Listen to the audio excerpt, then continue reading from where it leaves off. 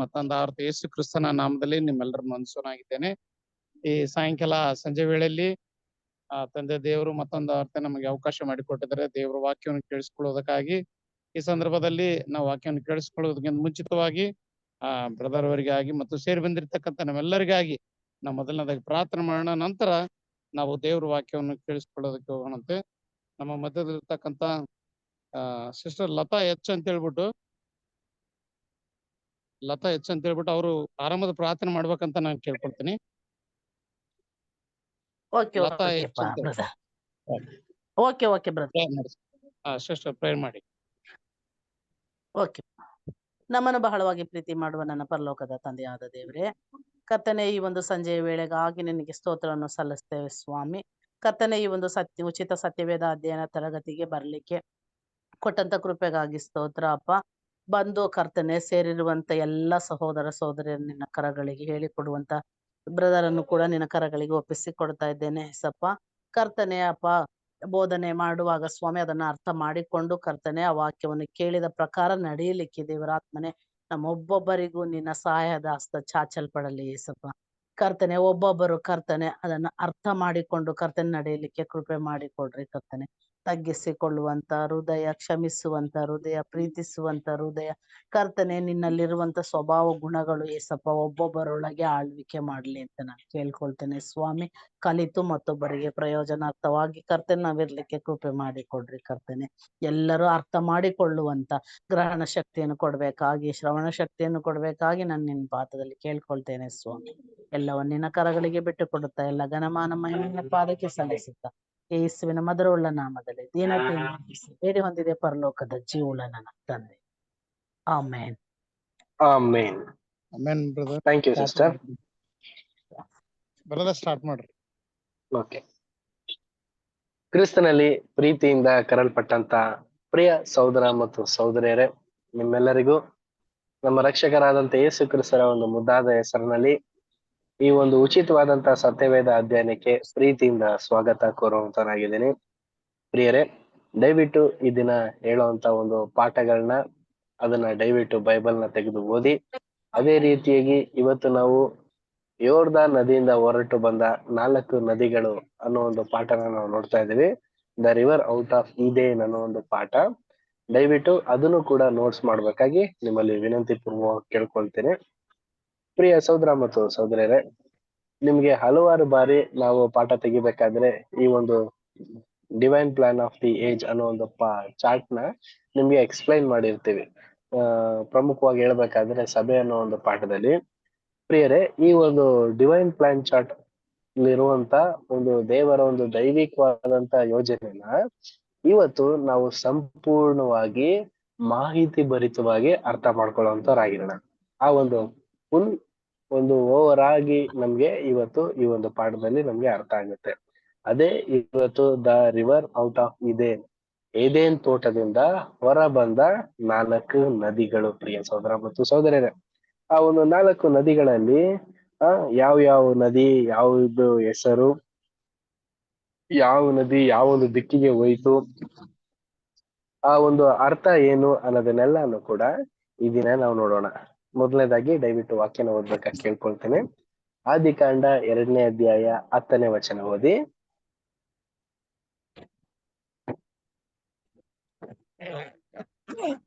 Eden ಸೀಮೆಯಲ್ಲಿ ಒಂದು ನದಿ ಹುಟ್ಟಿ ಆ ವನವನ್ನು ತೂಯಿಸುತ್ತಿತ್ತು.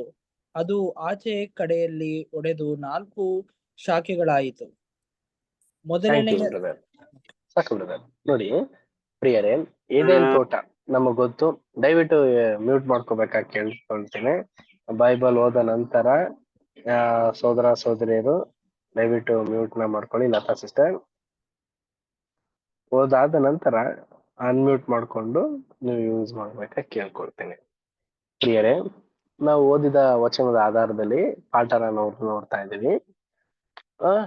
ಪ್ರಿಯ ಸಹೋದರ ಮತ್ತು ಸಹೋದರಿಯರೇ, ಏದೇನ್ ತೋಟ ಅಂತ ನಾವು ನೋಡ್ಬೇಕಾದ್ರೆ ದೇವರು ಆದಾಮನಿಗೆ ಮತ್ತೆ ಅವಳಿಗೆ ಉಂಟು ಮಾಡಿದಂತ ಒಂದು ಏದೇನ್ ತೋಟ. ಆ ಏದೇನ್ ತೋಟದಲ್ಲಿ ಒಂದು ನದಿ ಇತ್ತು ಪ್ರಿಯರೇ. ಆ ಒಂದು ನದಿ ಏನಾಯ್ತು ಅಂತಂದ್ರೆ ಎಲ್ಲಾ ಕಡೆನೂ ಓಡಾಡ್ಕೊಂಡಿತ್ತು. ಅದಾದ್ಮೇಲೆ ಏದೇನ್ ತೋಟದಿಂದ ಹೊರಗಡೆ ಬರ್ಬೇಕಾದ್ರೆ ಅದು 4 ಶಾಖೆಗಳಾಗಿ ಅಂದ್ರೆ 4 ಚಾನಲ್ ತರ, ಅಂದ್ರೆ ಒಂದೇ ನದಿ ಅದು 4 ವಿಭಾಗವಾದಂತ ರೀತಿಯಲ್ಲಿ ಚಲಿಸೋದಕ್ಕೆ ಪ್ರಯತ್ನ ಪಡ್ತು ಅಂದ್ಬಿಟ್ಟು ನಾವು ನೋಡ್ತೀವಿ.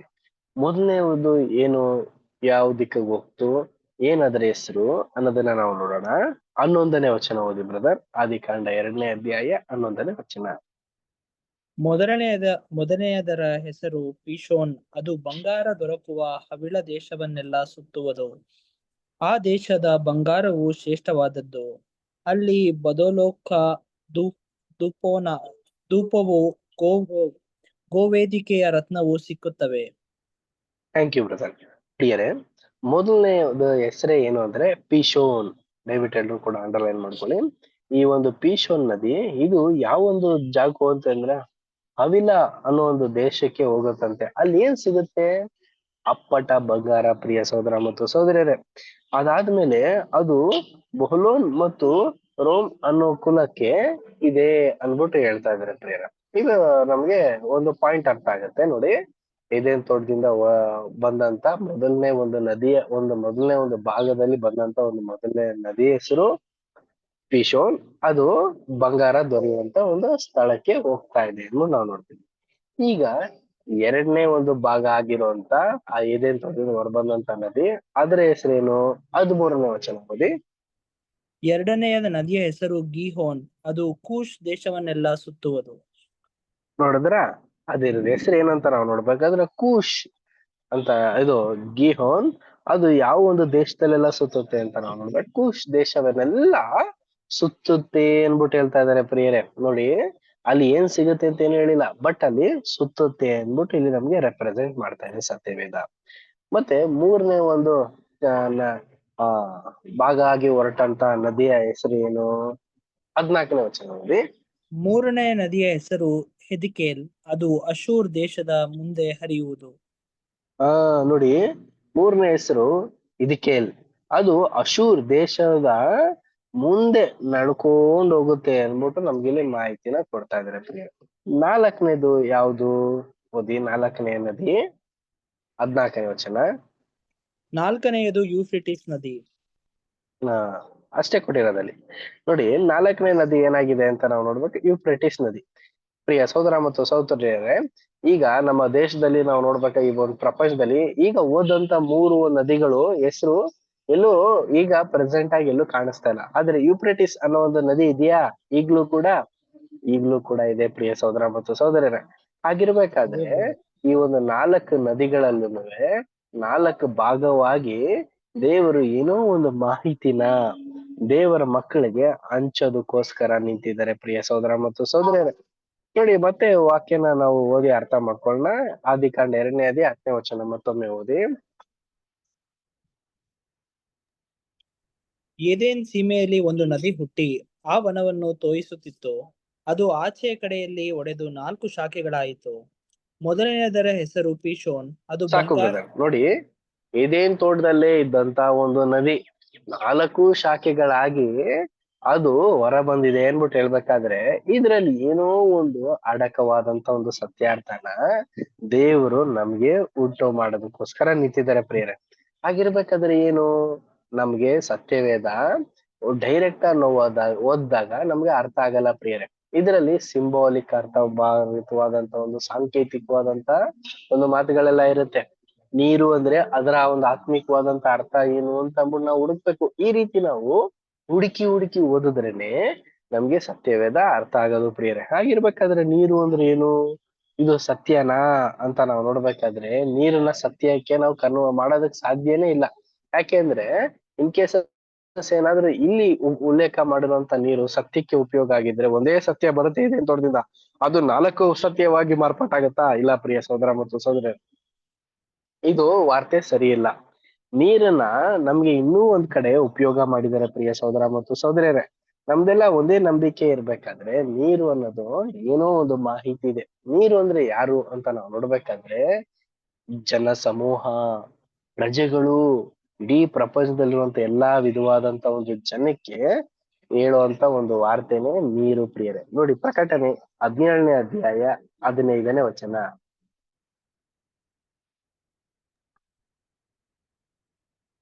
ಇನ್ನು ಆ ದೇವದೂತನು ನನಗೆ ಹೇಳಿದ್ದು, ಆ ಜಾರ ಸ್ತ್ರೀಯು ವಾಸಿಸಿರುವ ನೀರುಗಳನ್ನು ಕಂಡಿಯಲ್ಲ. ಅವು ಪ್ರಜೆ, ಸಮೂಹ, ಜನ, ಭಾಷೆಗಳನ್ನು ಸೂಚಿಸುತ್ತವೆ.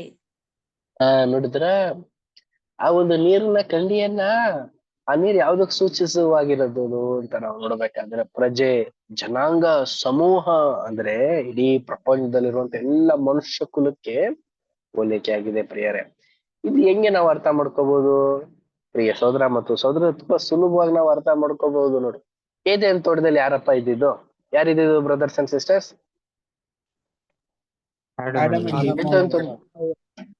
ಆದಾಮ ಮತ್ತೆ ಅವಳಿದ್ದಿದ್ ಅಷ್ಟೇ. ಅದಾದ್ಮೇಲೆ ಏದೇನ್ ತೋಟದಲ್ಲೇ ಅವ್ರ ಇದ್ರ? ಹೊರಗಡೆ ಕಳ್ಸಿದ್ರು ತಾನೆ ದೇವ್ರು. ಹೊರಗಡೆ ಕಳ್ಸಾದ್ಮೇಲೆ ಏನಾಗುತ್ತೆ ಅಂತಂದ್ರೆ 4 ಒಂದು ರಕ್ಷಣೆಗೆ ಸಂಬಂಧಪಟ್ಟಂತ ರೀತಿಯಲ್ಲಿ 4 ವಿಧವಾದಂತ ರೀತಿಯ ರಕ್ಷಣೆಗೆ ಇದು ಹೋಲಿಕೆ ಆಗುತ್ತೆ. ನೋಡಿ, ಕೆಲವೊಂದು ವಾಕ್ಯಗಳನ್ನ ನಾವು ಓದ್ಬಿಟ್ಟು ಇದು ಹೇಗೆ ರಕ್ಷಣೆಗೆ ಸಂಬಂಧಪಟ್ಟಂತ ಪಾಠ ಅನ್ನೋದನ್ನ ನಾವು ನೋಡೋಣ.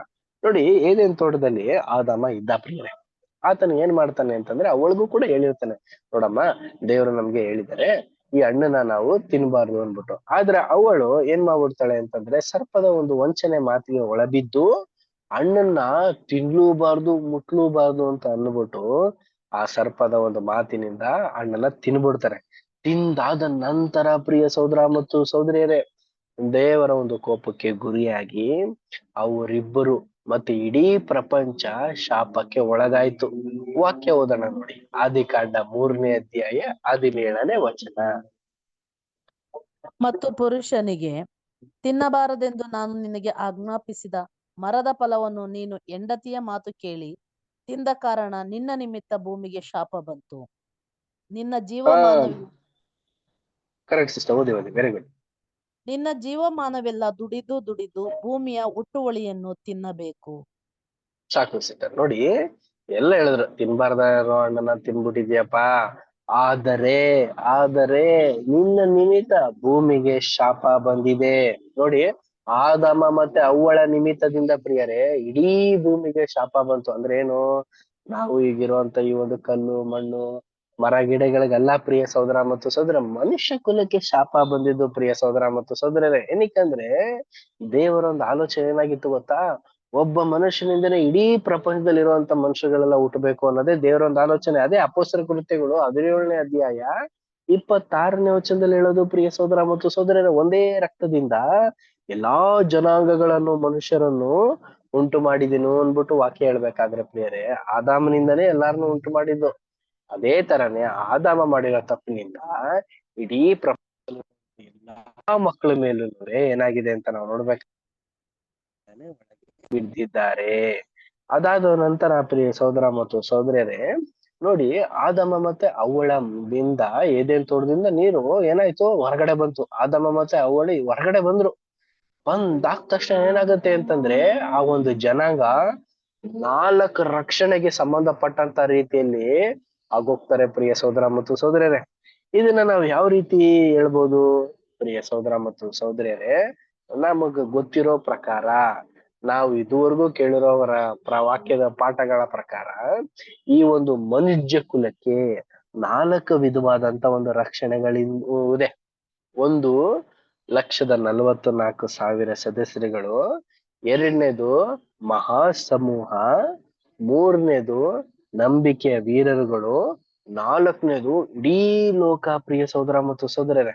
ಅದೇ ಪ್ರಕಾರ ಏದೇನ್ ತೋಟದಿಂದ ಹೊರಗಡೆ ಬಂದಂತ 4 ನದಿಗಳು ಅದಕ್ಕೆ ಸೂಚಕವಾಗಿದೆ ಪ್ರಿಯ ಸಹೋದರ ಮತ್ತು ಸಹೋದರ. 1ನೇ ನದಿ 1,44,000 ಸದಸ್ಯರಿಗೆ ಹೋಲಿಕೆ, 2ನೇ ನದಿ ಮಹಾಸಮೂಹಕ್ಕೆ ಹೋಲಿಕೆ, 3ನೇ ನದಿ ನಂಬಿಕೆ ವೀರರುಗಳಿಗೆ ಹೋಲಿಕೆ, 4ನೇ ನದಿ ಇಡೀ ಪ್ರಪಂಚಕ್ಕೆ ಹೋಲಿಕೆ ಪ್ರಿಯ ಸಹೋದರ ಮತ್ತು ಸಹೋದರರೇ. ಹಾಗಿರ್ಬೇಕಾದ್ರೆ ಪ್ರಿಯರೇ, ದೇವರು ಏನ್ ಮಾಡಿದ್ರು ಅಂದ್ರೆ ಅಬ್ರಹಾಮನ್ಗೆ ಒಂದು ವಾಗ್ದಾನ ಮಾಡಿದ್ರು.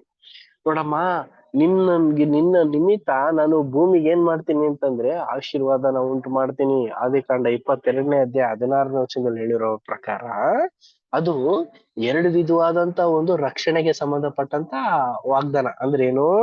ಪರಲೋಕದ ರಕ್ಷಣೆ ಮತ್ತೆ ಭೂಲೋಕದ ರಕ್ಷಣೆ. ನೋಡಿ, ಪರಲೋಕಕ್ಕೆ ಹೋಗೋದು 2 ಗುಂಪು, ಭೂಲೋಕದಲ್ಲಿ ಇರೋದು 2 ಗುಂಪು. ಪರಲೋಕಕ್ಕೆ ಹೋಗೋರು ನಮಗ್ ಗೊತ್ತು. ಪರಲೋಕಕ್ಕೆ ಹೋಗೋರು ಯಾರ್ಯಾರು, ಪರಲೋಕಕ್ಕೆ ಯಾವ ಗುಂಪು ಹೋಗುತ್ತೆ? 1,44,000 ಜನ ಒಂದು. ಹಾ, ಆಮೇಲೆ ಇನ್ನೊಂದು ಗುಂಪು ಯಾರು ಹೋಗ್ತಾರೆ?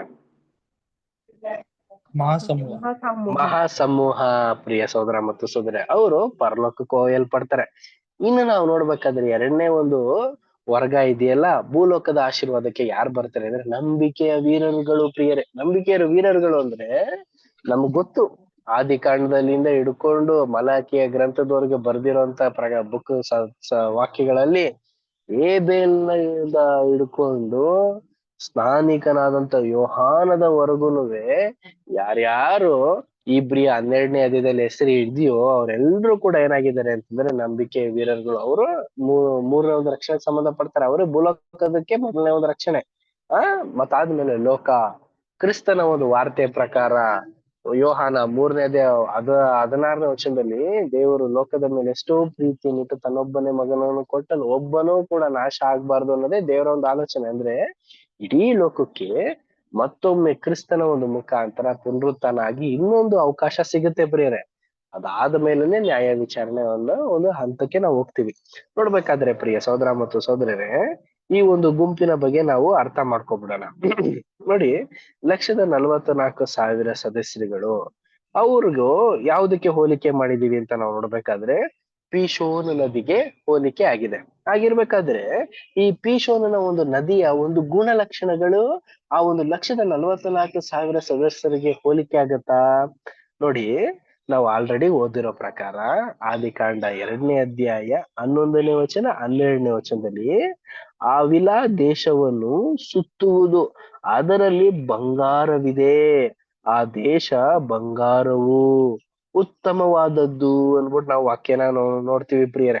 ಹಾಗಿರ್ಬೇಕಾದ್ರೆ ಇದು ಆ ಒಂದು ದೇಶದಲ್ಲಿ ಬಂಗಾರ ಇದೆ ಅನ್ಬಿಟ್ಟು ಹೇಳ್ತಾ ಇದಾರೆ. ಅಂದ್ರೆ ಏನು ಬಂಗಾರ? ಏನು ಪ್ರಿಯರೇ? ಶ್ರೇಷ್ಠವಾದದ್ದು.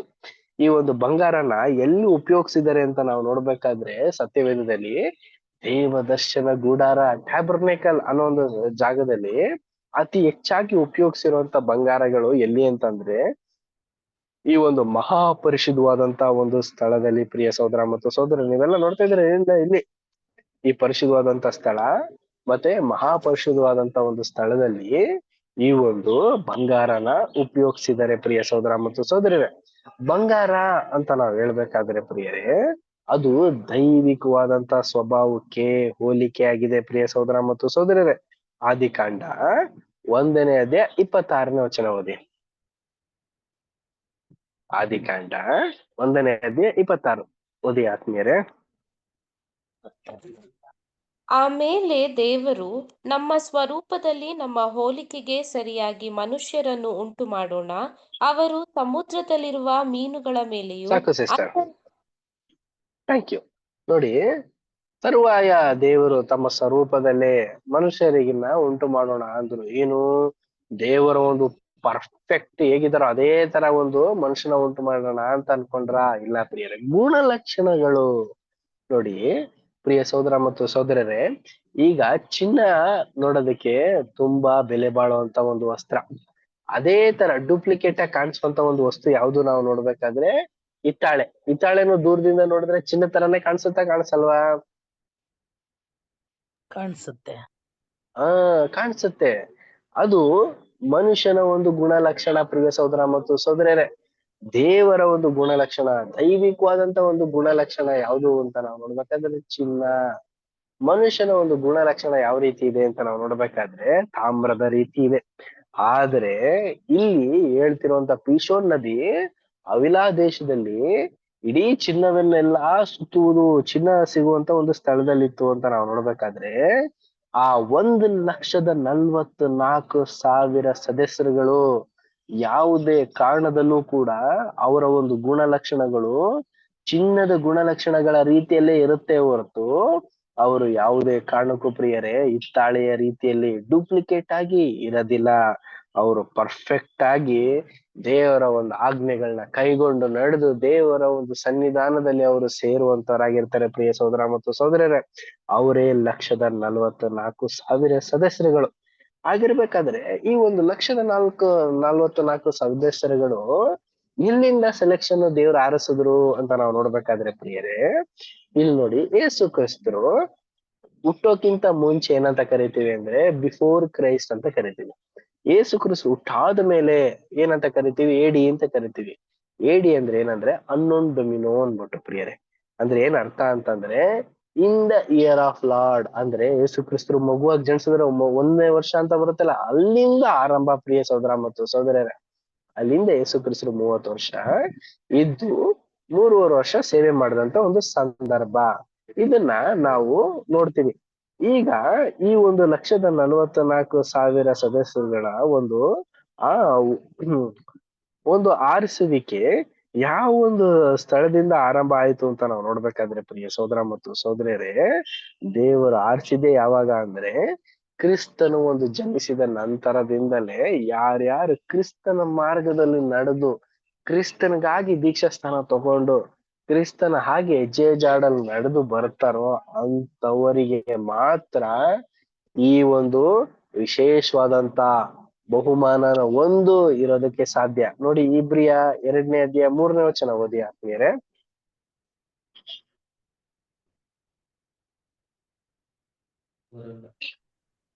ಈ ಅತ್ಯಂತ ವಿಶೇಷ ರಕ್ಷಣೆಯನ್ನು ನಾವು ಅಲಕ್ಷ್ಯ ಮಾಡಿದರೆ ತಪ್ಪಿಸಿಕೊಳ್ಳುವುದು ಹೇಗೆ? ಇದು ಕರ್ತನಿಂದ ಮೊದಲು ಹೇಳಲ್ಪಟ್ಟಿತು, ಆತನಿಂದ ಕೇಳಿದವರು ಇದನ್ನು ನಮಗೆ ಸ್ಥಿರಪಡಿಸಿದರು. ನೋಡಿದ್ರ ಎಂತ ಅತ್ಯಂತ ವಿಶೇಷವಾದಂತ ರಕ್ಷಣೆನ ನಾವು ನೀವು ಹೊಂದಿದೀವಿ ಪ್ರಿಯ ಸಹೋದರ ಮತ್ತು ಸಹೋದರರ. ಆದ್ರಿಂದಲೇನೆ ನೀವೆಲ್ಲರೂ ಕೂಡ ಈ ಒಂದು ಚಿಕ್ಕ ಸಂಖ್ಯೆ ಆಗಿರುವಂತ 1,44,000 ಸದಸ್ಯರುಗಳಿಗೆ ಹೋಗೋದಿಕ್ಕೆ ಯೋಗ್ಯರಾಗಿ ಕಾಣಲ್ಪಡ್ತಾ ಇದೀವಿ. ಇನ್ನೊಂದು ವಾಕ್ಯ ಓದಿ, ಇಬ್ರಿಯ 3ನೇ ಅಧ್ಯಾಯ 1ನೇ ವಚನ.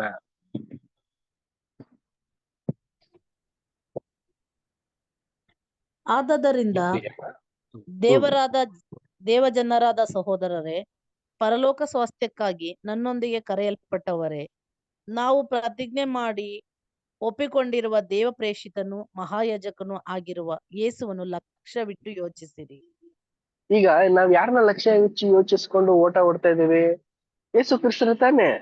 ಆಗಿರ್ಬೇಕಾದ್ರೆ ಪ್ರಿಯರೇ, ಈ ಒಂದು ವಿಶೇಷವಾದಂತ ರಕ್ಷಣೆಗೆ ಪರಲೋಕದ ಒಂದು ಕರೆಗೆ ಕರೆಯಲ್ಪಟ್ಟಂತವ್ರು ಯಾರು ಅಂದ್ರೆ ನೀವುಗಳೇನೆ. ಯೇಸು ಕ್ರಿಸ್ತರು ಜನಿಸಿ ಯೇಸು ಕ್ರಿಸ್ತರ ಒಂದು ಕಾಲದಿಂದ ಇಲ್ಲಿವರೆಗೂ ಯಾರ್ಯಾರು ಕ್ರಿಸ್ತನ ಅಂಗೀಕಾರ ಮಾಡಿದಾರೋ ಅವರು, ಅಂದ್ರೆ ಸುಮಾರು 2025ನೇ ವರ್ಷದವರೆಗೂ ಕೂಡ ಯಾರ್ಯಾರು ಯೇಸು ಕ್ರಿಸ್ತನ ನಂಬಿ ಯಾರ್ಯಾರು ಆತನ ಒಂದು ಹೆಜ್ಜೆ ಜಾಡ ನಡೀತಿದಾರೋ ಆ ಒಂದು ಜನರೆಲ್ಲರೂ ಕೂಡ ಈ ಒಂದು ಸಂಖ್ಯೆಗೆ ಸೇರುವಂತವರಾಗಿರ್ತಾರೆ ಪ್ರಿಯ ಸಹೋದರ ಮತ್ತು ಸಹೋದರ. ನೀವೆಲ್ಲ ಎಣಿಸ್ಬೋದು, ಏನ್ ಇಷ್ಟೇ ಚಿಕ್ಕ ಸಂಖ್ಯೆನಾ ಅಂತ. ಖಂಡಿತವಾಗ್ಲು ಕ್ರಿಸ್ತನ ಹಾಗೆ ನಡ್ಕೊಳ್ಳುವಂತ ಒಂದು ಗುಣಲಕ್ಷಣ ಇರೋವಂತ ಸದಸ್ಯರುಗಳ ಅಷ್ಟೇ ಪ್ರಿಯ ಸಹೋದರ ಮತ್ತು ಸಹೋದರಿಯರೇ. ಯಾಕೆಂದ್ರೆ ಈ ಒಂದು ಲೋಕ ಪಾಪರಹಿತವಾದದ್ದು ಆಗಿರೋದ್ರಿಂದ ಈ ರೀತಿಯಾಗಿ ಜನ ಕಮ್ಮಿ. ಹಾಗಿರ್ಬೇಕಾದ್ರೆ ಪ್ರಿಯ ಸಹೋದರ ಮತ್ತು ಸಹೋದರಿಯರೇ, ನಮ್ಗೆಲ್ಲ ಒಂದು ಪ್ರಶ್ನೆ ಮೂಡುತ್ತೆ. ಏನು? ಹಳೆ ಒಡಂಬಡಿಕೆಯಲ್ಲಿ ನಂಬಿಕೆ ವೀರರುಗಳು ಅನ್ನಿಸ್ಕೊಳ್ಳುವಂತ ಅಬ್ರಾಮ್, ಇಸಾಕ್, ಯಾಕೋಬ್, ಮೋಸೆಸ್, ಏಲಿಯಾ ಇವ್ರನ್ನೆಲ್ಲ ದೇವರು ಪರಲೋಕ ಕರ್ಕೊಳಲ್ವಾ? ಇಲ್ಲ ಪ್ರಿಯ ಸಹೋದರ ಮತ್ತು ಸಹೋದರಿಯರೇ. ಅದಕ್ಕೆ ಉತ್ತರ ಸತ್ಯವೇದದಲ್ಲಿ ಯೇಸು ಕ್ರಿಸ್ತನ ನಮ್ಗೆ ತಿಳಿಸ್ತಾರೆ ನೋಡಿ. ಮತ್ತಾಯ 11ನೇ ಅಧ್ಯಾಯ 11ನೇ ವಚನ. ಸ್ತ್ರೀಯರಲ್ಲಿ ಹುಟ್ಟಿದವರೊಳಗೆ ಸ್ನಾನಿಕನಾದ ಯೋಹಾನನಿಗಿಂತ ದೊಡ್ಡವನು ಎದ್ದಿಲ್ಲ. ಆದರೂ ನೋಡಿ, ಸ್ತ್ರೀಯರಲ್ಲಿ ಹುಟ್ಟಿರೋರಲ್ಲಿ ಎಲ್ರು, ಇಡೀ ಮನುಷ್ಯ ಕುಲ ಹುಟ್ಟಿರೋದು ಎಲ್ರು ಸ್ತ್ರೀಯರಿಂದಾನೇ ಪ್ರಿಯ ಸಹೋದರ ಮತ್ತು ಸಹೋದರರೇ. ಈ ಒಂದು ಸ್ತ್ರೀಯರು ಹುಟ್ಟಿರೋಂತಾರ ಎಲ್ಲಾರಲ್ಲೂ ತುಂಬಾ ತುಂಬಾ ಶ್ರೇಷ್ಠವಾದಂತ ವ್ಯಕ್ತಿ ಯಾರು ಅಂತ ನಾವು ನೋಡ್ಬೇಕಾದ್ರೆ ಸ್ನಾನಿಕನಾದಂತ ಯೋಹಾನನೇ. ನೀವೆಲ್ಲ ತಿಳ್ಕೊಂಡ್ಬಿಡ್ತೀವಿ, ಇಲ್ಲ ಅಬ್ರಹಾಂ ಶ್ರೇಷ್ಠವಾದಂತವನು, ನೋಹ ಇನ್ನೂ ಶ್ರೇಷ್ಠವಾದಂತವ್ರು, ಎಲೀಶಾ, ಆಮೇಲೆ ನಾವು ನೋಡ್ಬೇಕು ಇನ್ನೂ ಅನೇಕರು ಅಂತ ಅನ್ಬಿಟ್ಟು ಹೇಳ್ತೀವಿ. ಇಲ್ಲ ಪ್ರಿಯರೇ, ಸತ್ಯವೇದದಲ್ಲಿ ಯೇಸು ಕ್ರಿಸ್ತರೇ ಸ್ಪಷ್ಟವಾಗಿ ಹೇಳ್ತಾ ಇದ್ರೆ ತುಂಬಾ ಹೈ ಲೆವೆಲ್ ಆಗಿರುವಂತ ವ್ಯಕ್ತಿ ಯಾರು ಅಂದ್ರೆ ಸ್ನಾನಿಕ ಅಂತ ಯೋಹಾನನೇ. ಇವ್ರೆಲ್ಲಾರ್ಗಿಂತ ದೊಡ್ಡವರು ಅನ್ಬಿಟ್ಟು ಹೇಳ್ತಾ ಇದಾರೆ. ಆದ್ರೆ ನೋಡಿ, ಅಲ್ಲಿ ಆದರೆ ಅನ್ಬಿಟ್ಟು ಹೇಳ್ತಾರೆ. ಮತ್ತೆ ಕಂಟಿನ್ಯೂ ಮಾಡಿ ಬ್ರದರ್.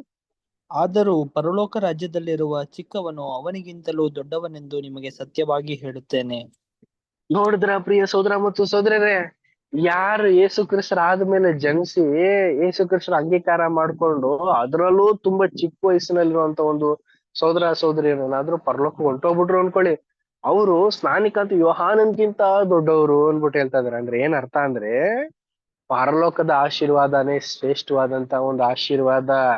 ಇವರೆಲ್ರೂ ಕೂಡ ಭೂಲೋಕದ ಒಂದು ಆಶೀರ್ವಾದಕ್ಕೆ ಬೋರ ಬಂದವರು.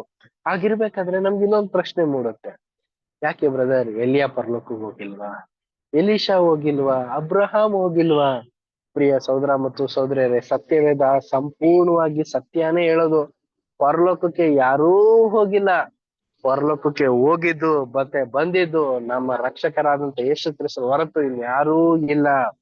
ಯೋಹಾನ 3ನೇ ಅಧ್ಯಾಯ 13ನೇ ವಚನ.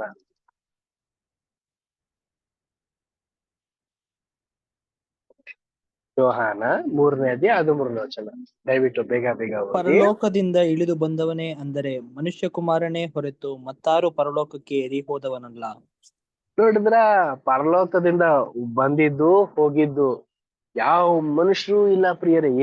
ಎಲೀಶಾ ಅನೋಕ ಯಾರು ಇಲ್ಲ ರೀ, ಯಾರು ಹೋಗಿಲ್ಲ. ಬರೀ ಯೇಸು ಕ್ರಿಸ್ತರು ಒಬ್ರೇ ಹೋಗಿದ್ದು ಮತ್ತೆ ಬಂದಿದ್ದು. ಪ್ರಿಯ ಸೋದರ ಮತ್ತು ಸೋದರರ, ನೋಡ್ಬಿಡೋಣ. ದಾವೀದ್ ಹೋಗಿರಲ್ವಾ? ನೋಡ್ಬಿಡೋಣ, ದಾವೀದ್ ಹೋಗಿದಾರ ಹೋಗಿಲ್ವಾ? ಆ ಒಂದ್ ಮಾಹಿತಿ ನಮ್ಗೆ ಹಳೆ ಒಡಂಬಡಿಕೆಯಲ್ಲಿ ಕೊಟ್ಟಿಲ್ಲ, ಹೊಸ ಒಡಂಬಡಿಕೆಯಲ್ಲಿ ಹೇಳ್ತಾರೆ ನೋಡಿ. ಅಪೊಸ್ತಲರು 2ನೇ ಅಧ್ಯಾಯ 34ನೇ ವಚನ. ನೀವು ನೋಡಿ ಕೇಳುವುದನ್ನು ಸರಿಸಿದ್ದಾನೆ. ದಾವೀದನು ಆಕಾಶಕ್ಕೆ ಏರಿ ಹೋಗಲಿಲ್ಲವಲ್ಲ. ತಾನೇ ಹೇಳುವ ಮಾತೇನೆಂದರೆ, ನಾನು ನಿನ್ನ ವಿರೋಧಿಗಳನ್ನು ನಿನ್ನ ಪಾದಗಳಿಗೆ ಪೀಠವಾಗ ಮಾಡುವ ತನಕ ನನ್ನ ಬಲಗಡೆಯಲ್ಲಿ ಕೂತುಕೊಂಡಿರು ಎಂದು ಕರ್ತನು ನನ್ನ ಒಡೆಯನಿಗೆ ನುಡಿದನು ಎಂಬುದೇ. Thank you brother. ಪ್ರಿಯ ಸೋದರ ಮತ್ತು ಸೋದರಿಯರೇ, ನೋಡಿ, ಕೆಲವೊಂದು ಟ್ರಾನ್ಸ್ಲೇಷನ್ ಅಲ್ಲಿ ಆಕಾಶ ಅಂದ್ಬಿಟ್ಟು ಹೇಳ್ತಾ ಇದ್ದಾರೆ. ಇನ್ನೂ ಕೆಲವೊಂದು ಟ್ರಾನ್ಸ್ಲೇಷನ್ಸ್ ಗಳಲ್ಲಿ ಪರಲೋಕ ಅನ್ಬಿಟ್ಟು ಮೆನ್ಷನ್ ಮಾಡಿದ್ದಾರೆ ಪ್ರಿಯರೇ. ಸೊ ಆಕಾಶ ಅಂತ ಅಂದಾಗ ಕನ್ಫ್ಯೂಸ್ ಹಾಕೋಬೇಡಿ, ಎರಡೂ ಕೂಡ ಒಂದೇ ಒಂದು ವಾರ್ತೆನ ಇಲ್ಲಿ ಉಲ್ಲೇಖ ಮಾಡಿದ್ದಾರೆ. ಆಗಿರ್ಬೇಕಾದ್ರೆ ಬೈಬಲೇ ಹೇಳ್ತಾ ಇದೆ, ದಾವೀದು ಕೂಡ ಆಕಾಶಕ್ಕೆ ಏರಿ ಹೋಗಿಲ್ಲ, ಅಂದ್ರೆ ಪರಲೋಕಕ್ಕೆ ಏರಿ ಹೋಗೇ ಇಲ್ಲ. ಆಗಿರ್ಬೇಕಾದ್ರೆ ನಮ್ಮ ಎಲಿಯ ಅವ್ರು ಹೋದ್ರ? ಅವರೂ ಕೂಡ ಹೋಗಿಲ್ಲ ಪ್ರಿಯ ಸಹೋದರ ಮತ್ತು ಸಹೋದರಿಯರೇ. 2 ಪೂರ್ವಕಾಲ ವೃತ್ತಾಂತ 21ನೇ ಅಧ್ಯಾಯ 12ನೇ ವಚನ ಓದಿ. 2 ಪೂರ್ವಕಾಲ ವೃತ್ತಾಂತ 21ನೇ ಅಧ್ಯಾಯ 12ನೇ ವಚನ. ಹೀಗಿರಲು ಪ್ರವಾದಿಯಾದ ಎಲಿಯನು ಕಾಗದದ ಮೂಲಕವಾಗಿ ಅವನಿಗೆ, ನಿನ್ನ ಪೂರ್ವಕನಾದ ದಾವೀದನ ದೇವರಾಗಿರುವ ಯೆಹೋವನ ಮಾತನ್ನು ಕೇಳು. ನೀನು ನಿನ್ನ ತಂದೆಯಾದ ಯೆಹೋಷಾಫಾಟನ ಮಾರ್ಗದಲ್ಲಿಯೂ ಯೆಹೂದ್ಯರ ಅರಸನಾದ ಆಸನ ಮಾರ್ಗದಲ್ಲಿಯೂ ನಡೆಯಲಿಲ್ಲ. ಇಸ್ರಾಯೇಲ್ ರಾಜರ ಮಾರ್ಗದಲ್ಲಿ ನಡೆದು ಅಹಾಬನ ಮನೆಯಲ್ಲಿರುವ ಪ್ರಬಲವಾಗಿದ್ದ ದೇವದ್ರೋಹ ಮಾಡುವಂತೆ ಯಹೂದ್ಯರನ್ನು ಯೆರೂಸಲೇಮಿನವರನ್ನು ಪ್ರೇರಿಸಿದಿ ಮತ್ತು ನಿನ್ನ ತಂದೆಯ ಕುಟುಂಬಕ್ಕೆ ಸೇರಿ ನಿನಗಿಂತ ಉತ್ತಮರು ನಿನ್ನ ಸಹೋದರರು ಆಗಿದ್ದವರನ್ನು ವಧಿಸಿದಿ. ಮುಂದೆ ಥ್ಯಾಂಕ್ ಯು ಬ್ರದರ್. ಸಾಕು ಬ್ರದರ್, ಸಾಕು. ನೋಡಿ, ಇಲ್ಲಿ ಏನ್ ಘಟನೆ ನಡೀತಾ ಇದೆ ಅಂತ ನಾವು ನೋಡ್ಬೇಕಾದ್ರೆ, ಪ್ರವಾದಿಯಾದಂತೆ ಎಲಿಯನ್ಗೆ ದೇವರ ಒಂದು ಆತ್ಮ ಬಂದಾಗ ಅವನ ಒಂದು ಸ್ಥಳದಿಂದ ಇನ್ನೊಂದು ಸ್ಥಳಕ್ಕೆ ಶಿಫ್ಟ್ ಮಾಡ್ತಿದ್ರೆ ಹೊರತು ಅವನ್ನ ಯಾವುದೇ ಒಂದು ಪರಲೋಕಕ್ಕೆ ಕರ್ಕೊಂಡು ದೇವರು ಹೋಗ್ತಿರಲ್ಲ ಪ್ರಿಯ ಸಹೋದರ ಮತ್ತು ಸಹೋದರರೇ. ಇದೇ ಒಂದು ಮಾಹಿತಿನ ನಮ್ಗೆ ಇಲ್ಲೂ ಕೂಡ ತಿಳಿಸಿದ್ದು. ನಾವು ಬೇಸಿಕ್ ಕ್ಲಾಸ್ ನಲ್ಲೂ ಕೂಡ ಇದೇ ಒಂದು ಮಾಹಿತಿನೂ ಕೂಡ ನಾವು ನಿಮ್ಗೆ ಹೇಳಿರ್ತೀವಿ. ಸೊ ಏನಂದ್ರೆ, ಅವ್ರು ಒಂದ್ ಸ್ಥಳದಿಂದ ಇನ್ನೊಂದು ಸ್ಥಳಕ್ಕೆ ಹೋಗಿರ್ತಾರೆ ಹೊರತು ಪರಲೋಕ ಹೋಗಿರಕ್ ಸಾಧ್ಯನೇ ಇಲ್ಲ. ಇನ್ನೂ ಅಲ್ದಂತಾನೆ ಪರಲೋಕಕ್ಕೆ ಹೋಗ್ಬೇಕಂದ್ರೆ ಏನ್ ಅರ್ಥ ಪ್ರಿಯರೇ? ಈ ಒಂದ್ ದೇಹದಲ್ಲಿ ಪರಲೋಕ ಹೋಗೋದಕ್ ಸಾಧ್ಯನೇ ಇಲ್ಲ. ರಕ್ತ ಮಾಂಸವು ಪರಲೋಕಕ್ಕೆ ಹೋಗೋದಕ್ಕೆ ಆಗದೇ ಇಲ್ಲ. ಮನುಷ್ಯ ಸತ್ತ ನಂತರನೇ ಹೋಗೋದಕ್ಕೆ ಸಾಧ್ಯ ಅಂತ ಅನ್ಬಿಟ್ಟು ಹೇಳ್ತಿದಾರೆ. ಅಂದ್ರೆ ಅದು ಒಂದು ಮಾಹಿತಿನ ನಾನು ನಿಮ್ಗೆ ಹಂಚಿದಷ್ಟೇನೆ. ಸೊ ಎಲಿಯನ್ಗುನು ಕೂಡ ಏನಾಗುತ್ತೆ ಅಂತಂದ್ರೆ, ಒಂದು ಸ್ಥಳದಿಂದ ಇನ್ನೊಂದು ಸ್ಥಳಕ್ಕೆ ಹೋಗ್ತಾನೆ. ಹೋದ ನಂತರ ಏನ್ ಮಾಡ್ತಾನೆ, ಸ್ವಲ್ಪ ಕೆಲವೊಂದು ದಿನಗಳಾದ್ಮೇಲೆ ಪತ್ರಿಕೆಗಳನ್ನು ಕೂಡ ಬರೀತಾ ಇರ್ತಾರೆ. ಆಗಿರ್ಬೇಕಾದ್ರೆ ಅವ್ರು ಯಾವುದೇ ಕಾರಣಕ್ಕೂ ಪರಲೋಕ ಹೋಗಿರೋದಿಲ್ಲ. ನೆಕ್ಸ್ಟ್ ನಮ್ಗೆ ಅನೋಕ ದೇವರ ಒಂದು ಅನ್ಯೂನ್ಯತೆಯಲ್ಲಿ ಇದ್ದಿದ್ದ ಕಾರಣದಿಂದ ದೇವರನ್ನು ಎತ್ಕೊಂಡೇ ಬಿಟ್ರು ಅಂದ್ಬಿಟ್ಟು ನಾವು ವಾಕ್ಯನ ಓದ್ತೀವಿ. ನಿಜವಾಗ್ಲೂ ಆ ರೀತಿ ನಡೆದಿರಕ್ ಸಾಧ್ಯನಾ ಪ್ರಿಯ ಸಹೋದರ ಮತ್ತು ಸಹೋದರರೇ? ಅದನ್ನ ನಾವು ಇನ್ನು ಡೀಪ್ ಮೀನಿಂಗ್ ಅಲ್ಲಿ ನಾವು ನೋಡೋಣ ಬನ್ನಿ.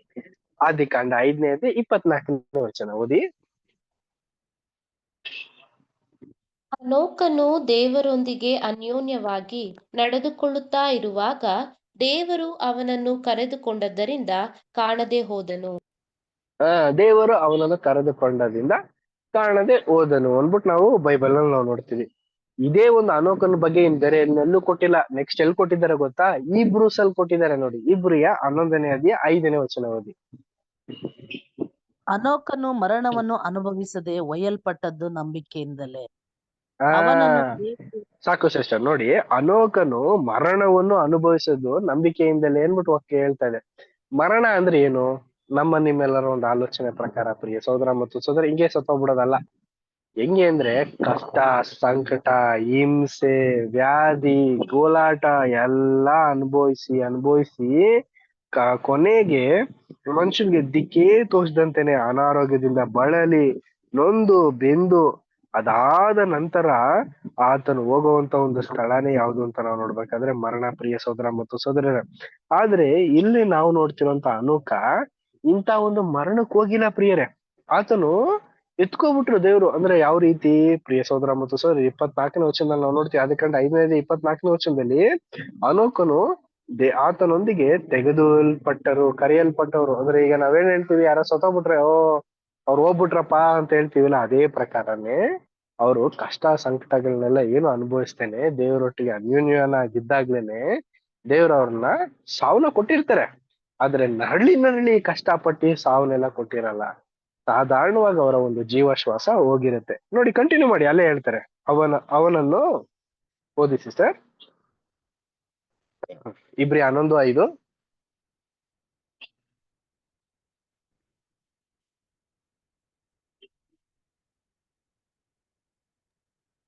ವಾಯ್ಸ್ ಬ್ರೇಕ್ ಆಗ್ತಾ ಇದೆ ಸ್ವಲ್ಪ. ಹನೋಕನು ಮರಣವನ್ನು ಅನುಭವಿಸದೆ ಒಯ್ಯಲ್ಪಟ್ಟದ್ದು ನಂಬಿಕೆಯಿಂದಲೇ. ಅವನನ್ನು ದೇವರು ತೆಗೆದುಕೊಂಡು ಹೋದೋದರಿಂದ ಅವನು ಯಾರಿಗೂ ಸಿಕ್ಕಲಿಲ್ಲ. ಅವನು ಒಯ್ಯಲ್ಪಡುವುದಕ್ಕೆ ಮೊದಲಿಗೆ ದೇವರಿಗೆ ಮೆಚ್ಚುಗೆಯಾಗಿದ್ದಾನೆಂದು ಸಾಕ್ಷಿ ಉಂಟು.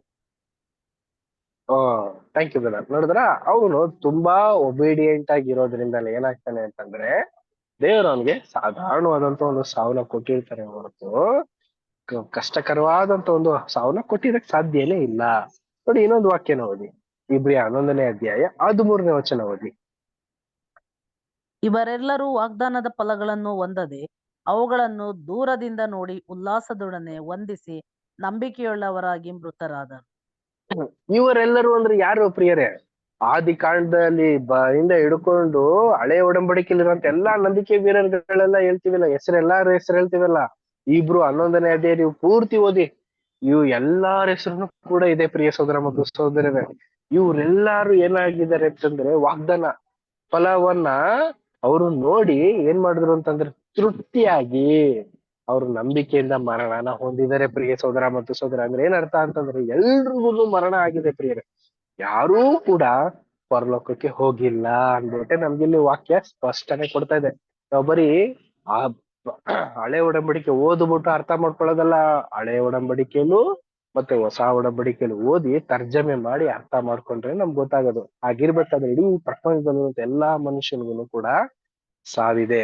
ಆತನ ಸತ್ತು ಏನಾಗಿದ್ದಾನೆ ಅಂತಂದ್ರೆ ದೀರ್ಘ ನಿದ್ರೆಯಲ್ಲೇ ಇನ್ನೂ ಕೂಡ ಇದ್ದಾನಂತೆ. ನೋಡಿ ವಾಕ್ಯ ನೋಡಿ, ಯೋಹಾನ 5ನೇ ಅಧ್ಯಾಯ 28ನೇ ವಚನ. ಅದಕ್ಕೆ ಯೇಸು ಕ್ರಿಸ್ತರು ಹೇಳ್ತಾರೆ, ಆಶ್ಚರ್ಯ ಪಡ್ಬೇಡ್ರಪ್ಪ, ಸಮಾಧಿಲಿರೋರು ಎಲ್ರು ಕೂಡ ಯೇಸು ಕ್ರಿಸ್ತರ ಧ್ವನಿಯನ್ನ ಕೇಳಿ ಎದ್ದು ಬರುವಂತ ಕಾಲ ಬಂದೇ ಬರುತ್ತೆ. ಓದಿ ಸಿಸ್ಟರ್. ಅದಕ್ಕೆ ಆಶ್ಚರ್ಯ ಪಡಬೇಡಿರಿ, ಸಮಾಧಿಗಳಿರುವವರಿಗೆ ಇವರೆಲ್ಲರೂ ಆತನ ಧ್ವನಿಯನ್ನು ಕೇಳಿ ಎದ್ದು ಹೊರಗೆ ಬರುವ ಕಾಲ ಬರುತ್ತದೆ. ಒಳ್ಳೆಯದನ್ನು ಮಾಡುವವರಿಗೆ ಸಾಕು ಬರುತ್ತೆ. ಸಮಾಧಿಯಲ್ಲಿರುವಂತ ಎಲ್ರು ಅಂದ್ರೆ ಯಾರು? ಆದಾಮನಿಂದ ಹಿಡ್ಕೊಂಡು ಇಲ್ಲಿವರೆಗೂ ಯಾರ್ಯಾರು ಸಮಾಧಿಗೆ ಹೋಗಿದ್ದಾರೆ ಎಲ್ರಿಗೂ ಕೂಡ ಏನಾಗಿದೆ ಅಂತಂದ್ರೆ ಇದೊಂದು ಅವಕಾಶನ ದೇವರು ಮಾರ್ಪಾಟ್ ಮಾಡಿದಾರಂತೆ. ಅಲ್ಲಿವರೆಗೂ ಅವ್ರು ಏನ್ ಮಾಡ್ತಾ ಇರ್ತಾರೆ? ಯೆಶಾಯ 57ನೇ ಅಧ್ಯಾಯ 2ನೇ ವಚನ ಓದಿ. ಇವರು ಸಮಾಧಾನದಲ್ಲಿ ಸೇರಿದ್ದಾರಲ್ಲ, ನೆಟ್ಟಗೆ ನಡೆಯುವ ಪ್ರತಿಯೊಬ್ಬನು ತನ್ನ ತನ್ನ ದೀರ್ಘ ನಿದ್ರಾ ಸ್ಥಾನದಲ್ಲಿ ವಿಶ್ರಮಿಸಿಕೊಳ್ಳುತ್ತಿದ್ದಾನೆ. ನೋಡಿದ್ರ, ನೆಟ್ಟಗೆ ನಡೆಯುವ ಅಂದ್ರೆ ಏನು? ಬದುಕಿರುವಂತ ಎಲ್ಲಾ ಮನುಷ್ಯರು ಕೂಡ ಮರಣ ಒಂದಾದ್ಮೇಲೆ ಅವನ್ ಏನಾಗ್ತಾನೆ ಅಂತಂದ್ರೆ ದೀರ್ಘ ನಿದ್ರೆಯಲ್ಲಿ ಒಳ್ಳೆ ನಿದ್ರೆ ಮಾಡ್ತಾನೆ, ಒಳ್ಳೆ ವಿಶ್ರಾಂತಿನ ಹೊಂದುತ್ತಾ ಇದ್ದಾನೆ ಪ್ರಿಯ ಸಹೋದರ ಮತ್ತು ಸಹೋದರಿಯರೇ. ಸೊ ಇದನ್ನೆಲ್ಲ ನಾವು ನೋಡ್ಬೇಕಾದ್ರೆ ಪ್ರಿಯ ಸಹೋದರ ಮತ್ತು ಸಹೋದರಿಯರೇ, ನಮ್ಗೆ ಗೊತ್ತಿರೋ ಪ್ರಕಾರ, ಸತ್ಯವೇದ ಹೇಳೋ ಪ್ರಕಾರ ಈ ಹಳೆ ನಂಬಿಕೆ ವೀರರುಗಳು ಯಾರು ಕೂಡ ಪರಲೋಕ ಹೋಗಿಲ್ಲ, ಅವರೆಲ್ಲ ಭೂಲೋಕದ ರಕ್ಷಣೆಗೆನೆ ಬಂದಿದ್ದಾರೆ. ಯಾರು ಸ್ವಂತ ರಕ್ಷಕನಾದಂತ ಯೇಸು ಕ್ರಿಸ್ತನ ಅಂಗೀಕಾರ ಮಾಡಿರುವಂತ ಚಿಕ್ಕ ಹಿಂಡಾಗಿರುವಂತ ನಮಗೆಲ್ಲ ಕೊಟ್ಟಿರುವಂತ ಈ ಒಂದು ಕರಿವಿಕೆಯಲ್ಲಿ ಬಂದಿರುವಂತ ನಮಗೆ ಈ ಒಂದು ಅವಕಾಶ ಇದೆ. ಆ ಒಂದು ಜನಾಂಗನೇ 1,44,000 ಸದಸ್ಯಗಳು. ಅವ್ರನ್ನೇ ದೇವ್ರು ಆರಿಸ್ತಾ ಇರೋದು. ಅಂತ ಮಕ್ಕಳನ್ನೇ ಆರಿಸೋದಕ್ಕೋಸ್ಕರನೇ ಪುಟಕ್ಕಾಕಿ ಶೋಧಿಸಿ ಕಷ್ಟ ಸಂಕಟಗಳನ್ನ ಕೊಟ್ಟು ನಮ್ಮನ್ನ ತಿದ್ದಿ ತಿಳುವಳಿಕೆನ ಕೊಟ್ಟು ಆ ಒಂದು ರಾಜ್ಯಕ್ಕೆ ಸಿದ್ಧ ಮಾಡ್ತಾ ಇದ್ದಾರೆ ಪ್ರಿಯ ಸಹೋದರ ಮತ್ತು ಸಹೋದರಿಯರೇ. 1 ಪೇತ್ರ 1ನೇ ಅಧ್ಯಾಯ 7ನೇ ವಚನ ಓದಿ. ಬಂಗಾರವು ನಾಶವಾಗುವಂತದ್ದಾಗಿದ್ದರೂ ಅದನ್ನು ಬೆಂಕಿಯಲ್ಲಿ ಪುಟ ಹಾಕಿ ಶೋಧಿಸುವುದುಂಟಷ್ಟೇ. ಬಂಗಾರಕ್ಕಿಂತ ಅಮೂಲ್ಯವಾಗಿರುವ ನಿಮ್ಮ ನಂಬಿಕೆಯು ಈ ಕಷ್ಟಗಳಿಂದ ಶೋಧಿತವಾಗಿ ಯೇಸು ಕ್ರಿಸ್ತನು ಪ್ರತ್ಯಕ್ಷನಾಗುವಾಗ ನಿಮಗೆ ಕೀರ್ತಿ ಪ್ರಭಾವ ಮಾನಗಳನ್ನು ಉಂಟು ಮಾಡುವುದು. ನೋಡಿದ್ರೆ ನಮ್ಗೆ ಕೀರ್ತಿ ಪ್ರಭಾವ ಮಾನವಗಳನ್ನ ಬೇಕು ಅಂದ್ಬಿಟ್ಟೆ ತಾನೇ ಯೇಸು ಕ್ರಿಸ್ತನ ನಾವು ಹಿಂಜರಿದೆ ನಾವು ಅವ್ರನ್ನ ಹಿಂಬಾಲಿಸ್ತಾ ಇದೀವಿ. ಆಗಿರ್ಬೇಕಾದ್ರೆ ಪ್ರಿಯರೇ, ನಮ್ಗೆ ಇಂತ ಒಂದು ವಿಶೇಷವಾದಂತ ರಕ್ಷಣೆಗೆ ನಮ್ಮನ್ನ ಯೇಸು ಕ್ರಿಸ್ತರು ಕರೆದಿದ್ದಾರೆ. ಸೊ ಇದು ಮೊದಲನೇ ಒಂದು ರಕ್ಷಣೆಗೆ ಸಂಬಂಧಪಟ್ಟಂತ ಒಂದು ನದಿಯ ಒಂದು ಸೂಚ್ಯಂತಕವಾದಂತ ಒಂದು ಸನ್ನಿವೇಶ. ಈಗ 2ನೇ ನದಿ ಬಗ್ಗೆ ಬರೋಣ. 2ನೇ ನದಿ ಆದಿಕಾಂಡ 2ನೇ ಅಧ್ಯಾಯ 13ನೇ ವಚನದಲ್ಲಿ ಹೇಳೋ ಪ್ರಕಾರ ಗಿಹೋನ್ ಅನ್ಬಿಟ್ಟು ಆ ನದಿ ಹೆಸರು. ಇದು ಕೂಶ್ ದೇಶವನ್ನೆಲ್ಲಾ ಸುತ್ತುವುದು ಅಂದ್ಬಿಟ್ಟು ಹೇಳ್ತಾರೆ. ಕೂಶ್ ದೇಶ ಅಂದ್ರೆ ಯಾವುದು ಪ್ರಿಯ ಸಹೋದರ ಮತ್ತು ಸಹೋದರಿ? ಅದು ಎಲ್ಲಿತ್ತು ಅಂತಂದ್ರೆ ಇದು ಆಫ್ರಿಕಾ ಒಂದು ದೇಶದ ಒಂದು ಕಾಂಡದಲ್ಲಿ ಸಿಗುವಂತ ಒಂದು ಜಾಗ ಇದು. ಇದು ಯಾರು ಅಂತ ನಾವು ನೋಡ್ಬೇಕಾದ್ರೆ, ಕಾನಾನನು ಶಾಪಗ್ರಸ್ತನಾಗಲಿ, ಅವನು ಅಣ್ಣ ತಮ್ಮಂದಿರೊಂದಿಗೆ ದಾಸನಾಗಲಿ ಅಂದ್ಬಿಟ್ಟು ಹೇಳ್ತಾರಲ್ಲ, ಈ ಒಂದು ಜಾಗಕ್ಕೆ ಸೂಚಕವಾದಂತ ಒಂದು ವಾರ್ತೆ. ಅಂದ್ರೆ ಏನು? ನಮ್ಗೆ ಗೊತ್ತು 3 ಲೋಕ ಪಾಠಗಳಲ್ಲಿ ಇದು ಏನಾಗುತ್ತೆ ಅಂತ ನಾವು ನೋಡ್ಬೇಕಾದ್ರೆ, ಕಾನಾನ್ ಏನಿರ್ತಾನೆ, 3ನೇ ಒಬ್ಬ ವ್ಯಕ್ತಿ ಇರ್ತಾನಲ್ಲ, ಅಣ್ಣ ತಮ್ಮಂದರಿಗೆ ದಾಸ ಅಂದ್ರೆ ಏನು? ಅವನು ಸರ್ವೆಂಟ್ ಪೀಪಲ್ಗೆ ಹೋಲಿಕೆ. ಸೊ ಈ ಒಂದು 2ನೇ ಒಂದು ರಕ್ಷಣೆ ಯಾರಿಗೆ ಹೋಲಿಕೆ ಮಾಡ್ತಾ ಇದ್ದಾರೆ ಅಂತ ನಾವು ನೋಡ್ಬೇಕಾದ್ರೆ, ಮಹಾಸಮೂಹ ಅಂತ ನಾವು ನೋಡ್ಬೇಕಾದ್ರೆ ಯಾರಲ್ಲೂ ಎಣಿಸಲಾಗದಂತ ಮಹಾಸಮೂಹ. 1,44,000 ಸದಸ್ಯರಾಗಬೇಕು ಅಂತ ಅನ್ಬಿಟ್ಟು, ಒಳ್ಳೆ ಓಟ ಓಡಬೇಕು ಅನ್ಬಿಟ್ಟು ಕ್ರಿಸ್ತನ ನಂಬಿ ಬರುವಂತ ಅನೇಕ ಮಂದಿ, ಆ ಒಂದು ಕಿರೀಟ ಸಿಕ್ಕದೆ ಕೆಳಗೆ ಬೀಳುವಂತ ಒಂದು ಜನರೇ ಯಾರು ಅಂತ ನಾವು ನೋಡ್ಬೇಕಾದ್ರೆ ಮಹಾಸಮೂಹ. ಪ್ರಿಯ ಸಹೋದರ ಮತ್ತು ಸಹೋದರರೇ, ಅವರೂ ಕೂಡ ಎಲ್ಲಿರ್ತಾರೆ? ಪರಲೋಕದಲ್ಲೇ ಇರ್ತಾರೆ. ಆ ಒಂದು ಜನರು ಯಾವ ರೀತಿ ಅವರ ಒಂದು ಕೆಲಸ ಕಾರ್ಯಗಳು ಮಾಡ್ತಾರೆ ಅಂದ್ರೆ, ಅವರು ಸೇವಕರ ಒಂದು ಕೆಲಸ ಕಾರ್ಯಗಳನ್ನ ಮಾಡೋ ತರ ಇರ್ತಾರೆ ಪ್ರಿಯ ಸಹೋದರ ಮತ್ತು ಸಹೋದರರೇ. ಅವರೇ ಮಹಾಸಮೂಹ. ಅವ್ರನ್ನೇ ನಾವೀಗ ನೋಡುವಂತರಾಗಿದ್ದೀವಿ. ನೋಡಿ, ಪ್ರಕಟಣೆ 7ನೇ ಅಧ್ಯಾಯ 9ನೇ ವಚನ.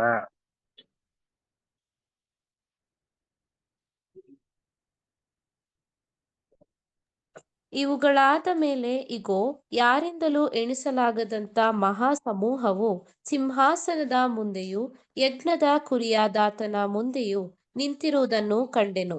ಅವರು ಸಕಲ ಜನಾಂಗ, ಕುಲ, ಪ್ರಜೆಗಳವರು, ಸಕಲ ಭಾಷೆಗಳನ್ನಾಡುವವರು ಆಗಿದ್ದರು.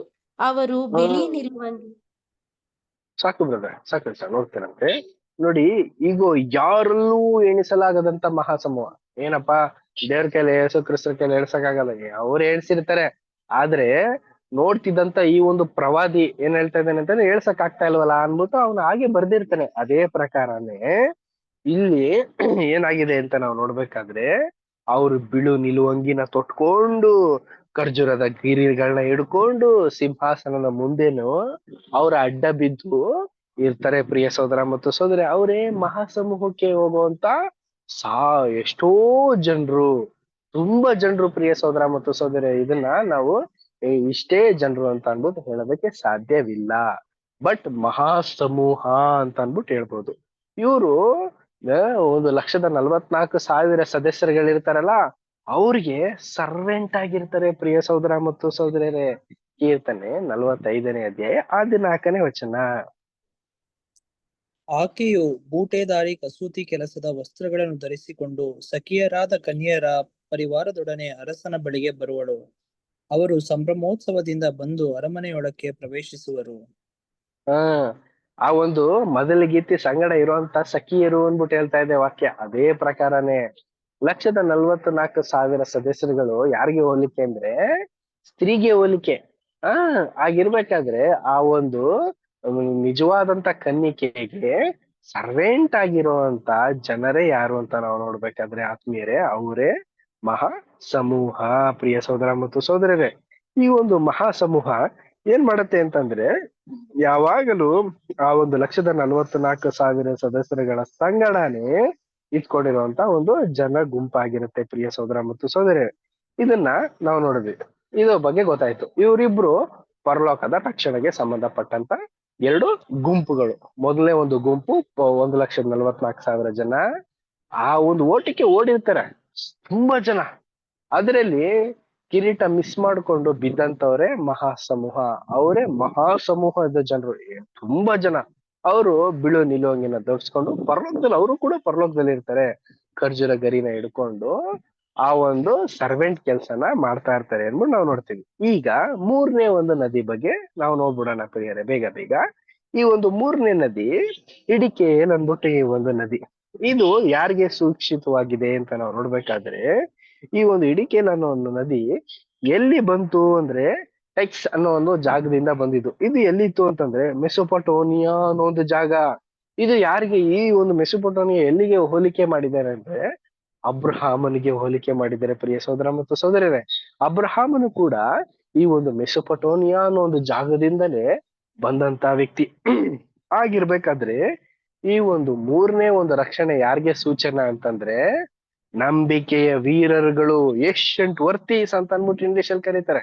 ಕನ್ನಡದಲ್ಲಿ ನಂಬಿಕೆಯ ವೀರರುಗಳು ಯಾರು ಅಂತ ನಾವು ನೋಡ್ಬೇಕಾದ್ರೆ ಏಬೇಲ್ನಿಂದ ಹಿಡ್ಕೊಂಡು ಆ ಸ್ಥಾನಿಕರ ಅಂತ ಯೋಹಾನ್ವರ್ಗೂ ಬರುವಂತ ಹಲವಾರು ಮಂದಿಗಳು ಇವರೇ ನಂಬಿಕೆ ವೀರರುಗಳು.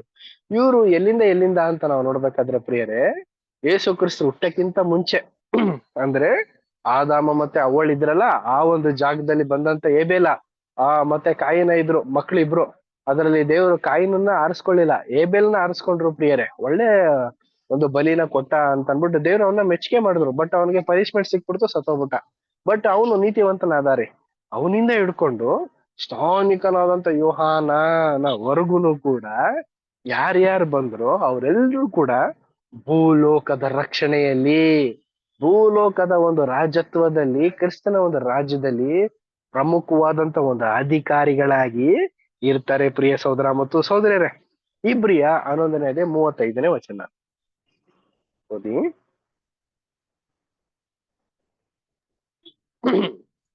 ಇಬ್ರಿಯ 11ನೇ ಅಧ್ಯಾಯ. ಸ್ತ್ರೀಯರು ಸತ್ತು ಹೋಗಿದ್ದ ತಮ್ಮವರನ್ನು ಪುನರುತ್ಥಾನದಿಂದ ತಿರುಗಿ ಹೊಂದಿದರು. ಕೆಲವರು ತಾವು ಯಾತನೆಯ ಯಂತ್ರಕ್ಕೆ ಕಟ್ಟಲ್ಪಟ್ಟಾಗ ಶ್ರೇಷ್ಠ ಪುನರುತ್ಥಾನವನ್ನು ಹೊಂದುವುದಕ್ಕೋಸ್ಕರ ಬಿಡುಗಡೆ ಬೇಡವೆಂದು ಹೇಳಿ ಮುರಿಸಿಕೊಂಡು ಸತ್ತರು. ನೋಡಿದ್ರ, ಇವ್ರಿಗೂ ಕೂಡ ಶ್ರೇಷ್ಠವಾದಂತ ಪುನರುತ್ಥಾನ ಬೇಡ ಅಂತ ಅನ್ಬಿಟ್ಟು ಏನ್ ಮಾಡಿದ್ರೆ ಅಂತಂದ್ರೆ ಸತ್ರಂತೆ. ಅಂದ್ರೆ ಇವ್ರಿಗೆ ಯಾವೊಂದು ಒಂದು ರಕ್ಷಣೆ ಬೇಕಿತ್ತಂತಂದ್ರೆ ಭೂಲೋಕದ ಒಂದು ರಕ್ಷಣೆಗೆ ಇವರು ಯೋಗ್ಯರಾಗಿ ಬಣಿಸಿದ್ರು. ಇದು ಯಾವ ರೀತಿ ನಾವು ತಿಳ್ಕೊಬಹುದು ಪ್ರಿಯ ಸಹೋದರ ಮತ್ತು ಸಹೋದರರೇ? ನಂಬಿಕೆ ವೀರರುಗಳಿಗೆಲ್ರೂ ಎಲ್ಲಾ ರೀತಿನೂ ದೇವ್ರಿಗೆ ಮೆಚ್ಚುಗೆಯಾಗಿದ್ರು.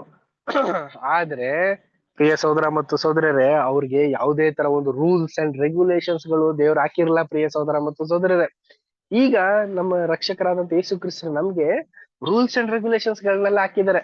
ಇದನ್ನ ಫಾಲೋ ಮಾಡುವಂತ ವ್ಯಕ್ತಿನೇ ಮಾತ್ರ ಏನ್ ಮಾಡ್ತಾನೆ ಅಂದ್ರೆ ಪರಲೋಕಕ್ಕೆ ಬರ್ತಾನೆ ಅನ್ಬಿಟ್ಟು ಹೇಳಿದ್ದಾರೆ. ಆಗಿರ್ಬೇಕಾದ್ರೆ ನಮಗೆ ಶ್ರೇಷ್ಠವಾದಂತ ಒಂದು ರಕ್ಷಣೆ, ನಮ್ಮ ಹಿರಿಯರಾಗಿರುವಂತ ನಂಬಿಕೆ ವೀರರುಗಳಿಗೂ ಕೂಡ ರಕ್ಷಣೆ, ಭೂಲೋಕದ ರಕ್ಷಣೆ. ಇವರು ಭೂಲೋಕದಲ್ಲಿ ಮತ್ತೆ ಪುನರುತ್ಥಾನ ಆಗ್ತಾರೆ ರೀ. ಪುನರುತ್ಥಾನ ಆಗಿ ಏನಾಗ್ತಾರೆ ಅಂತ ನಾವು ನೋಡ್ಬೇಕಾದ್ರೆ ಈ ಒಂದು ಲೋಕದಲ್ಲಿ ಕ್ರಿಸ್ತನ ಒಂದು ರಾಜ್ಯದಲ್ಲಿ ಪ್ರಮುಖ ಅಧಿಕಾರಿಗಳಾಗಿ ದೇವರವ್ರನ್ನ ನೇಮಕ ಮಾಡಿರ್ತಾರೆ. ಕೀರ್ತನೆ 45ನೇ ಅಧ್ಯಾಯ 16ನೇ ವಚನದಲ್ಲಿ ನಿಮ್ಮ ತಂದೆಗಳಿಗೆ ಬದಲಾಗಿ ನೀವು ಮಕ್ಕಳಾಗುವಿರಿ, ಅವರನ್ನು ಭೂಮಿಯ ಮೇಲೆ ಪ್ರಧಾನನಾಗಿ ಮಾಡುವೆನು. ಅಂದ್ರೆ ಏನರ್ಥ? ಅವ್ರೇನಾಗ್ತಾರೆ ಅಂದ್ರೆ ಮತ್ತೆ ಯೇಸು ಕ್ರಿಸ್ತರಿಗೆ ಮಕ್ಕಳಾಗಿ ಪುನರುತ್ಥಾನ ಆದ್ಮೇಲೆ ಮಕ್ಕಳಾಗ್ತಾರೆ. ಆಗ ಪ್ರಧಾನ ಒಂದು ಕೆಲ್ಸಗಳನ್ನ ಕೊಡ್ತಾರೆ. ಏನೇನು? ಈಗ ಒಂದು ಗೋರ್ಮೆಂಟ್ ನಡೆಸ್ಬೇಕಂತಂದ್ರೆ ಇಂತಿಂತ ಇಲಾಖೆಗಳನ್ನ ನಡೆಸ್ಬೇಕಾಗಿರುತ್ತೆ. Transport department, food department, aeroplane department, ಇವೆಲ್ಲ ಇರುತ್ತೆ. ಇವನ್ನೆಲ್ಲ ನಡೆಸಿದಾಗ ಏನಾಗುತ್ತೆ ಅಂತಂದ್ರೆ ಒಂದು ಗೋರ್ಮೆಂಟ್ ಚೆನ್ನಾಗಿ ನಡೆಯುತ್ತೆ. ಅದೇ ಪ್ರಕಾರನೇ ಕ್ರಿಸ್ತರು ಒಂದು ರಾಜ್ಯದಲ್ಲಿ ಈ ಒಂದು ಪ್ರಮುಖವಾದಂತ ಒಂದು ಸ್ಥಾನಗಳಿಗೆ ಪ್ರಮುಖವಾದಂತ ವ್ಯಕ್ತಿಗಳು ಬಂದ್ರು ಅನ್ಕೊಳ್ಳಿ ಪ್ರಿಯ ಸಹೋದರ ಮತ್ತು ಸಹೋದರಿಯರೇ. ಆ ಒಂದು 1000 ವರ್ಷದಲ್ಲಿ ಎಂತ ಒಳ್ಳೆ ಆಡಳಿತ, ಶ್ರೇಷ್ಠವಾದಂತ ಆಡಳಿತ, ನೀತಿಯ ರಾಜ್ಯ, ಸಮಾಧಾನಕರ್ತರು ಈ ಒಂದು ಲೋಕದಲ್ಲಿ ಸ್ಥಾಪನೆ ಮಾಡ್ತಾರೆ ಪ್ರಿಯ ಸಹೋದರ ಮತ್ತು ಸಹೋದರರೇ. ಇದೇ 3ನೇ ಒಂದು ರಕ್ಷಣೆಗೆ ಸಂಬಂಧಪಟ್ಟಂತ ವಿಶೇಷವಾದಂತ ಒಂದು ವಾರ್ತೆ. ನೆಕ್ಸ್ಟ್ 4ನೇ ಒಂದು ನದಿಗೆ ಹೋಲಿಕೆ ಏನು ಅಂತ ನಾವು ನೋಡೋಣ. ನೋಡಿ, 4ನೇ ಒಂದು ನದಿ ಬಂದು ಯೂಪ್ರೆಟಿಸ್ ಅನ್ಬಿಟ್ಟು. ನೋಡಿ, ಯೂಪ್ರೆಟಿಸ್ ಇದು ಯಾವುದಕ್ಕೆ ಹೋಲಿಕೆ ಅಂದ್ರೆ ಲೋಕ, ಅಂದ್ರೆ ಜನರುಗಳೆಲ್ಲರೂ ಇದಾರಲ್ಲ ಪ್ರಿಯ ಸಹೋದರ ಮತ್ತು ಸಹೋದರರೇ, ಅವ್ರು ಕೂಡ ಹೋಲಿಕೆ ಆಗಿದೆ ಪ್ರಿಯರೇ. ನೋಡಿ, ಈ ಒಂದು ಲೋಕ ಅಂತ ನಾವು ನೋಡ್ಬೇಕಾದ್ರೆ ಯಾರು ಅಂತಂದ್ರೆ ಈಗ ಕ್ರಿಸ್ತನ್ನ ನಂಬೂ ಕೂಡ ರಕ್ಷಣೆ ಹೊಂದದೆ ಇರುವಂತ ಎಲ್ಲಾ ಜನಾಂಗದವರು ಲೋಕ ಪ್ರಿಯರೇ. ಇಲ್ಲಿ ತುಂಬಾ ಜನರಿದ್ದಾರೆ. ಮಹಾಸಮುದ್ರದಲ್ಲಿ ಹೆಂಗಿದಾರ ಜನರು, ಅದಕ್ಕಿಂತ ಜಾಸ್ತಿ ಜನರು ಈ ಒಂದು ಲೋಕದಲ್ಲಿ ಇದ್ದಾರೆ ಪ್ರಿಯರೇ. ಇವ್ರನ್ನೆಲ್ಲ ಏನ್ ಮಾಡ್ತಾರೆ? ಯೇಸು ಕ್ರಿಸ್ತನ ಒಂದು 2ನೇ ವೇಳಕ್ಕೆ ಬಂದಾದ್ಮೇಲೆ ಪುನರುತ್ಥಾನ ಮಾಡ್ತಾರೆ. 1 ಕೊರಿಂಥ 15ನೇ ಅಧ್ಯಾಯ 21ನೇ ವಚನ ಓದಿ.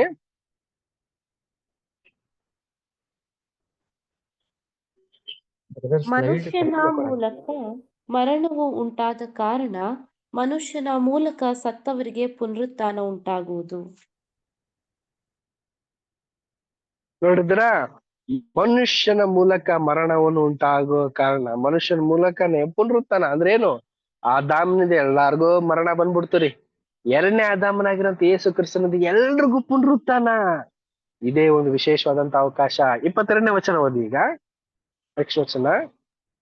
ಯಾವ ಪ್ರಕಾರ ಆದಾಮನ ಸಂಬಂಧದಿಂದ ಎಲ್ಲರೂ ಸಾಯುವವರಾದರೋ ಅದೇ ಪ್ರಕಾರ ಕ್ರಿಸ್ತನ ಸಂಬಂಧದಿಂದ ಎಲ್ಲರೂ ಜೀವಿತರಾಗುವರು. ಅಲ್ಲಿ ಬರೀ ಕ್ರಿಶ್ಚಿಯನ್ ಅಂತ ಮೆನ್ಷನ್ ಮಾಡಿದಾರೆ ಸಿಸ್ಟರ್? ಇಲ್ಲ ಬ್ರದರ್. ಎಲ್ರು ಅಂದ್ರೆ ಯಾರು?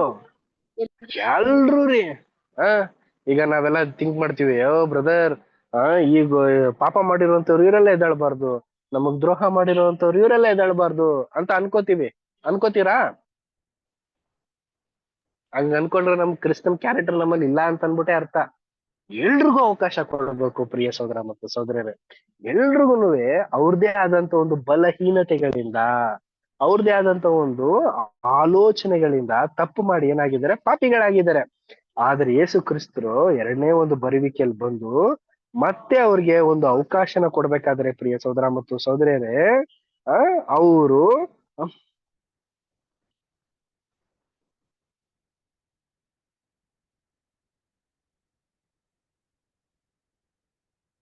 ಮತ್ತೆ ಆ ಒಂದು ಅವಕಾಶಗಳನ್ನ ಅವ್ರಿಗೆ ಕೊಡ್ಬೇಕಾದ್ರೆ ಅವರು ಸತ್ಯನ ತಿಳ್ಕೊಂಡು ಸತ್ಯದ ಪ್ರಕಾರ ನಡೀತಾರೆ ಪ್ರಿಯರೇ. ಎಲ್ರು ಏನಾಗಿದ್ದಾರೆ ಅಂತಂದ್ರೆ ಯಾರಿಂದ ಬಲಹೀನರಾಗಿದ್ದಾರೆ ಗೊತ್ತಾ? ಲೂಸಿಫರ್, ಸೈತಾನನಿಂದ ಪಾಪಿಗಳಾಗಿ ಪಾಪತ್ವಕ್ಕೆ ಒಳಗಾಗೋಗಿದ್ದಾರೆ. 1000 ವರ್ಷದಲ್ಲಿ ಯಾರಿಗೆ ಬಂಧನ ಮಾಡ್ತಾರೆ ಯೇಸು ಕ್ರಿಸ್ತರು ಹೇಳಿ? ನಮಗ್ ಬಂಧನ ಮಾಡ್ತಾರ? ಸೈತಾನ್ಗೆ ಬಂಧನ ಮಾಡ್ತಾರ? ಸೈತಾನ್ ಬಂಧನ ಮಾಡಾದ್ಮೇಲೆ ಮತ್ತೆ ನಮ್ಗೆ ಇನ್ನೊಂದು ಅವಕಾಶ ಕೊಡ್ಬೇಕಾ ಕೊಡ್ಬಾರ್ದಾ? ಕೊಡ್ತಾರೆ. ಕೊಡ್ಲೇಬೇಕು ತಾನೆ, ಬೇಡವಾ ಯಾರಿಗೂ ಅವಕಾಶ? ಮತ್ತೆ ಯೇಸು ಕ್ರಿಸ್ತ ಸ್ವಂತ ರಕ್ಷಕ ಅಂತ ನೀಟಾಗಿ ಅಂಗೀಕಾರ ಮಾಡ್ಕೊಳ್ಳಿ ಅನ್ನೋದಕ್ಕೆ ದೇವರ ಒಂದು ಆಲೋಚನೆ ರೀ. ಈಗ ಯಾಕೆ ಕೊಟ್ಟಿದ್ದಾರೆ? ಡೈರೆಕ್ಟ್ ಆಗಿ ಹಂಗೆ ಮಾಡ್ಬಿಡ್ಬೋದಲ್ಲ ಅಂತ ನೀವೇನಾದ್ರು ಥಿಂಕ್ ಮಾಡಿದ್ರೆ ಇಲ್ಲ ರೀ. ಏನಕ್ಕೆ ಅಂದ್ರೆ ನಮ್ಗೆಲ್ಲ ಎಕ್ಸ್ಪೀರಿಯನ್ಸ್ ಆಗ್ಲಿ ಅನ್ಬಿಟ್ಟೆ ದೇವ್ರು ನಮಗ್ ಬಿಟ್ಟಿರೋದು, ಅನುಭವನ ಹೊಂದ್ಲಿ ಅನ್ಬಿಟ್ಟು, ಪಾಪ ಅನ್ನೋದನ್ನ ಏನು ಅಂತ ಅನ್ಬಿಟ್ಟು ನಮಗ್ ಗೊತ್ತಾಗ್ಲಿ. ಈಗೆಲ್ಲ ಲೋಕದಲ್ಲಿ ಪಾಪನ ಇಷ್ಟ ಪಡ್ತಾ ಇದಾರೆ, ಆದ್ರೆ ನಿಜವಾಗ್ಲೂ ಕ್ರಿಸ್ತನ ಆರಾಧನೆ ಮಾಡುವಂತ ಮಕ್ಕಳು ಪಾಪರ ದ್ವೇಷ ಮಾಡಿ ನೀತಿಗಾಗಿ ತವಕ ಪಡ್ತಾ ಇದ್ದಾರೆ. ಅಂತ ಮಕ್ಕಳೇನೆ ಏನಾಗ್ತಾರೆ ಅಂತಂದ್ರೆ ಪರಲೋಕಕ್ಕೆ ಹೋಗೋದು. ಅವರೇ 1,44,000 ಸದಸ್ಯರುಗಳು, ಮಹಾಸಮೂಹ. ನೋಡಿ, ಈ ಒಂದು 1000 ವರ್ಷದಲ್ಲಿ ಏನ್ ಮಾಡ್ತಾರೆ, ಯೇಸು ಕ್ರಿಸ್ತ ನಡವಳಿಕೆ ಬಂದು 1000 ವರ್ಷ ಆಡಳಿತ ಮಾಡ್ತಾರೆ. ಆ ಒಂದು 1000 ವರ್ಷದಲ್ಲಿ ಎಲ್ರನ್ನು ಹೆಂಗ್ ಪುನರುತ್ಥಾನ ಮಾಡ್ತಾರೆ ಗೊತ್ತಾ? ಯಾರ್ಯಾರು ಹೆಂಗ್ ಸತ್ತೋಗಿರ್ತಾರೆ. ಈಗ ಎಕ್ಸಾಂಪಲ್ ಒಬ್ರೊಬ್ರು 80 ವರ್ಷನೋ 100 ವರ್ಷದಲ್ಲೋ ಒಂದು 10 ವರ್ಷ ಹುಟ್ಟಿದ ತಕ್ಷಣನೇ ಸತ್ತೋಗಿರೋಂಥವ್ರು, ಬೆಳಿತಾ ಹೆಂಗೋ ಒಂದ್ಸರಿ ಸತ್ತೋಗಿರ್ತಾರೆ ಅನ್ಕೊಳ್ಳಿ. ಅವ್ರನ್ನೆಲ್ಲ ಹೆಂಗೆ ದೇವ್ರು ಎಬ್ಬಿಸ್ತಾರೆ? ಪ್ರಿಯ ಸಹೋದರ ಮತ್ತು ಸಹೋದರಿ, ಹೆಂಗ್ ಸತ್ತಿದ್ರು ಅದೇ ಪ್ರಕಾರನೇ ಎಬ್ಬಿಸ್ತಾರೆ. ಆದ್ರೆ ಅವರಲ್ಲಿ ಯಾವುದೇ ಒಂದು ಕಾಯಿಲೆಗಳೇನೂ ಇರಿಸೋದಿಲ್ಲ. ಎಲ್ರನ್ನೂ ಕೂಡ ಎಬ್ಬಿಸಿ ಸತ್ಯನ ಕೊಟ್ಟು ಸತ್ಯದ ಪ್ರಕಾರ ನಡೀತಾ ಅವ್ರ ಏನಾಗ್ತಾರೆ ಅಂತಂದ್ರೆ ವಿಶೇಷವಾಗಿ ಆಗ್ತಾರೆ. ಯೋಬ 33ನೇದು 25ನೇ ವಚನ ಓದಿ. ಯೋಬ 33ನೇದು 25ನೇ ವಚನ ಓದಿ. ಅವನ ದೇಹವು ಬಾಲ್ಯಕ್ಕಿಂತಲೂ ಕೋಮಲವಾಗುವುದು, ಅವನು ಪುನಃ ಎಳೆಯತನದ ದಿನಗಳನ್ನು ಅನುಭವಿಸುವನು. ನೋಡಿ, ಎಲ್ರು ಕೂಡ ಏನಾಗ್ತಾರೆ ಅಂತಂದ್ರೆ ವಯಸ್ಸಾದವ್ರು ಸತ್ತಾಗಿರ್ತಾರೆ ಅನ್ಕೊಳ್ಳಿ, ಹಂಗೆ ಎದ್ದೇಳ್ತಾರೆ. ಎದ್ದಾದ್ಮೇಲೆ ಏನಾಗ್ತಾರೆ ಅಂತಂದ್ರೆ ಸತ್ಯ ತಿಳ್ಕೊಂಡು ಯೇಸು ಕ್ರಿಸ್ತನ ಅಂಗೀಕಾರ ಮಾಡ್ಕೊಂಡು ಕ್ಯಾರೆಕ್ಟರ್ಗಳನ್ನೆಲ್ಲ ಸರಿ ಮಾಡ್ಕೊಂತ ಅವ್ರ ಏಜ್ 80 90 ಆಗಲ್ಲ ರೀ. 80 ಇರೋದು 70 60 ಇರೋದು 30ಕ್ಕೆ ಬಂದು ನಿಂತ್ಕೊಬಿಡುತ್ತೆ. 30 ಯಾವ್ದಕ್ಕೆ ಹೋಲಿಕೆ ಅಂದ್ರೆ ಪರಿಪೂರ್ಣತೆ. ನೋಡಿ, ಆದಾಮನ್ನು ಕೂಡ ದೇವರು 30ಕ್ಕೆ ಸೃಷ್ಟಿ ಮಾಡಿದ್ರು, ಯೇಸು ಕ್ರಿಸ್ತನು ಕೂಡ 30ಕ್ಕೆ ಪ್ರತಿಷ್ಠೆನ ಹೊಂದಿದ್ದು. ಸೊ ಈ ಒಂದು 30ನೇ ಹಂತಕ್ಕೆ ದೇವರು ತಂದಿಳಿಸ್ತಾರೆ. ಅದೇ ಮಗುಗೂ ಕೂಡ, ಮಗು ಏನಾಗುತ್ತೆ, ಏನಾದ್ರು ಹುಟ್ಟಿದ ತಕ್ಷಣ ಸತ್ತೋಗ್ಬಿಡುತ್ತೆ, ಬೆಳಿತಾ ಸತ್ತೋಗುತ್ತೆ. ಇಂಥ ಕೇಸಸ್ಗಳೆಲ್ಲ ಲಕ್ಷ ಕೋಟಿಯಷ್ಟು ನಾವು ನೋಡ್ಬಿಟ್ಟಿದ್ದೀವಿ. ಅವ್ರಿಗೂ ಅವಕಾಶ ಸಿಗ್ಬೇಕಲ್ವಾ?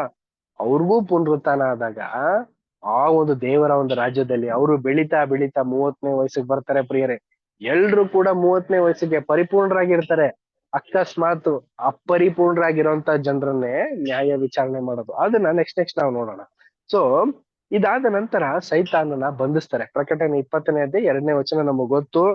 ಆ ಪಿಚಾಚನು ಸೈತಾನನು ಆಗಿರುವಂತ ಘಟ ಸರ್ಪನ ದೇವ್ರೇನ್ ಮಾಡ್ತಾರೆ ಅಂತಂದ್ರೆ ಬಂಧಿಸಿ 1000 ವರ್ಷ ಅವನ್ನ ಬಂಧಿಸ್ಬಿಡ್ತಾರೆ ಅನ್ಬಿಟ್ಟು ನಾವು ವಾಕ್ಯನ ನಾವು ನೋಡ್ತೀವಿ. ಅದಾದ್ಮೇಲೆ ಪುನರುತ್ಥಾನ ಆಗಿ ಬರುವಂತ ಎಲ್ರಿಗೂನುವೆ ಮನ ಕಣ್ಗಳು ಜ್ಞಾನನ ತೆರೆಸ್ತಾರೆ, ಸತ್ಯನ ತಿಳಿಸ್ತಾರೆ, ಸತ್ಯ ವೇದ ಅದ್ರ ಬಗ್ಗೆ ಮಾಹಿತಿನ ಕೊಡ್ತಾರೆ. ಪ್ರಿಯರೇ, ಹೆಂಗೆ ಯೇಸು ಕ್ರಿಸ್ತನ ಮಾಡ್ತಾರೆ ನೋಡಿ. ನಂಬಿಕೆ ವೀರರುಗಳಿರ್ತಾರೆ, 1,44,000 ಸದಸ್ಯರುಗಳೆಲ್ಲ ಇರ್ತಾರೆ. ಇವರೆಲ್ಲರೂ ಸೇರ್ಕೊಂಡು ಇಡೀ ಮನುಷ್ಯ ಕುಲದ ಪಾಪನ ನಿವಾರಣೆ ಮಾಡಿ ಸತ್ಯದ ಪ್ರಕಾರ ನಡ್ಕೊಳ್ಳೋ ರೀತಿ ಮಾಡ್ಬಿಡ್ತಾರೆ. ಪ್ರಿಯ ಸಹೋದರ ಮತ್ತು ಸಹೋದರರೇ, ಆಗ ಇಡೀ ಪ್ರಪಂಚ ಹೇಗಿರುತ್ತೆ ಗೊತ್ತಾ?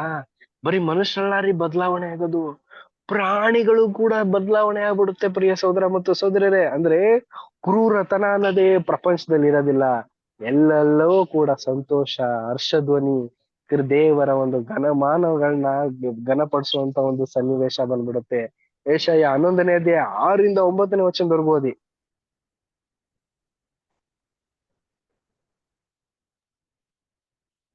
ತೋಳವು ಕುರಿಯ ಸಂಗಡ ವಾಸಿಸುವುದು, ಚಿರತೆಯು ಮೇಕೆ ಮರಿಯೊಂದಿಗೆ ಮಲಗುವುದು, ಕರುವು ಪ್ರಾಯದ ಸಿಂಹವು ಪುಷ್ಟ ಪಶುವು ಒಟ್ಟಿಗಿರುವವು, ಇವುಗಳನ್ನು ಚಿಕ್ಕ ಮಗು ನಡೆಸುವುದು.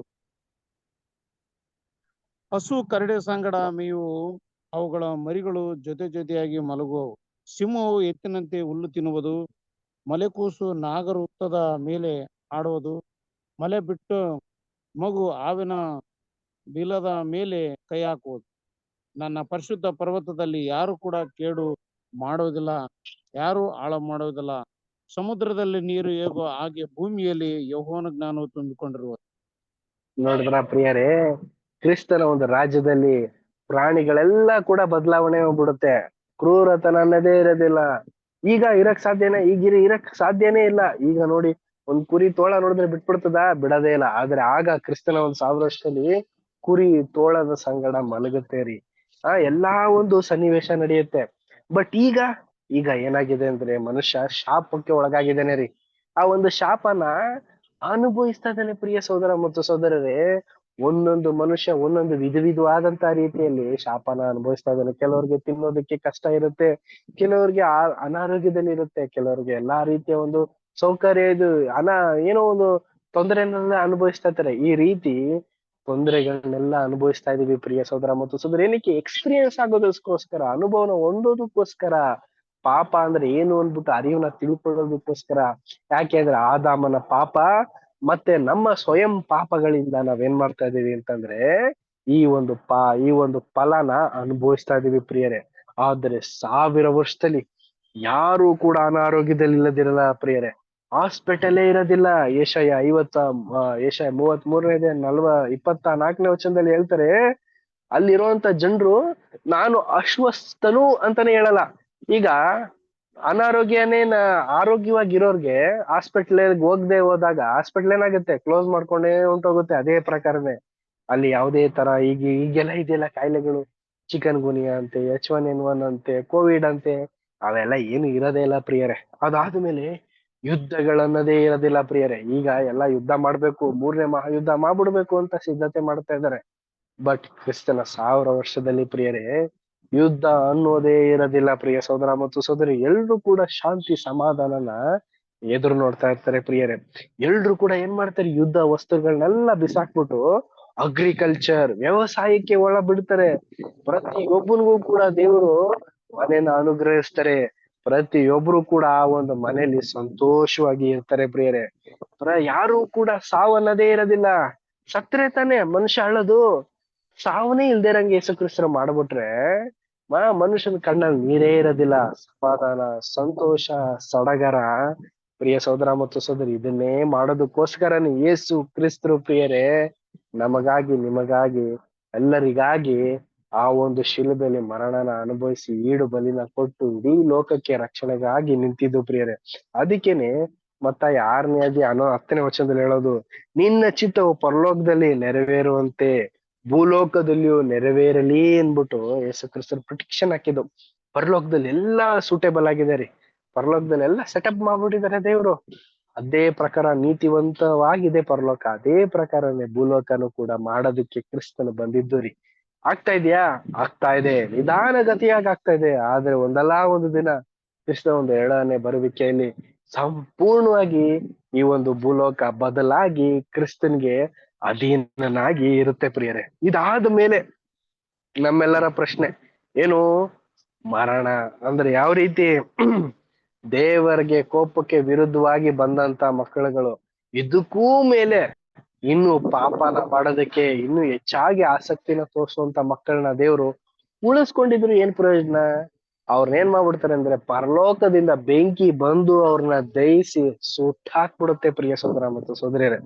ಏಷಾಯ 26ನೇ ಅಧ್ಯಾಯ 9ನೇ ವಚನ ಓದಿ ಮತ್ತು 10ನೇ ವಚನ. ಏಷಾಯ 26, 9 ಮತ್ತೆ 10. ರಾತ್ರಿಯಲ್ಲಿ ನಿನ್ನನ್ನು ಮನಪೂರ್ವಕವಾಗಿ ಹಾರೈಸಿದ್ದೇವೆ. ಹೌದು, ನಮ್ಮ ಆತ್ಮದಲ್ಲಿ ನಿನ್ನನ್ನು ತವಕದಿಂದ ಹುಡುಕಿದ್ದೇವೆ. ನೀನು ಲೋಕದಲ್ಲಿ ನ್ಯಾಯ ಕಾರ್ಯಗಳನ್ನು ನಡೆಸುವಾಗ ಭೂನಿವಾಸಿಗಳು ಧರ್ಮಜ್ಞಾನವನ್ನು ಪಡೆದುಕೊಳ್ಳುವರು. ದುಷ್ಟರನ್ನು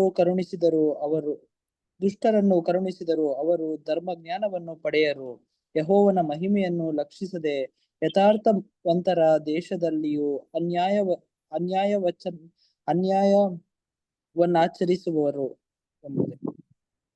ನೋಡಿದ್ರೆ ಅನ್ಯಾಯನ ಆಚರಣೆ ಮಾಡೋಂತಾರೆಲ್ಲಾರು ಕೂಡ ದಯಿಸ್ಬಿಡ್ತಾರೆ ಪ್ರಿಯ ಸೋದರ ಮತ್ತು ಸೋದರ.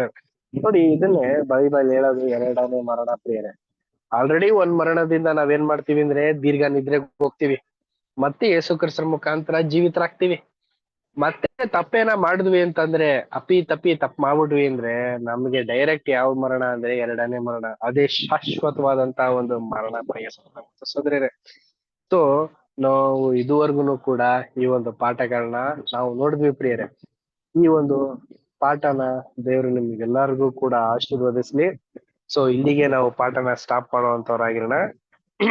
ಯಾರಿಗಾದ್ರೂ ಏನಾದ್ರು ಡೌಟ್ಸ್ ಏನಾದ್ರು ಇದೆಯಾ?